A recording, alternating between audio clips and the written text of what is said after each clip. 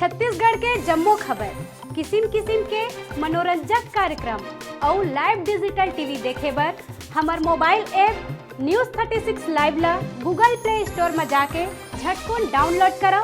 जय जोहार।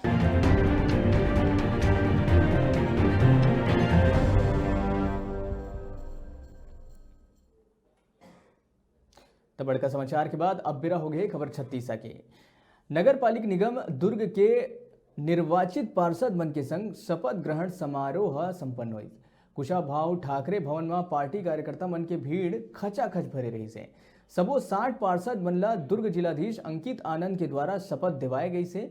जिलाधीश द्वारा वार्ड क्रमांक के अनुसार 10-10 के संख्या में वार्ड पार्षद मन ला शपथ दिवाए गई। दुर्ग नगर निगम के दलगत स्थिति में 30 पार्षद कांग्रेस पार्टी ले, 16 भारतीय जनता पार्टी ले और 14 निर्दलीय है। अब शपथ ग्रहण के बाद सबो पार्षद मन अब अपन अपन वार्ड मन के अलावा शहर विकास में कतका महत्वपूर्ण भूमिका निभा पाते ये तो 5 साल में पता चल जाही।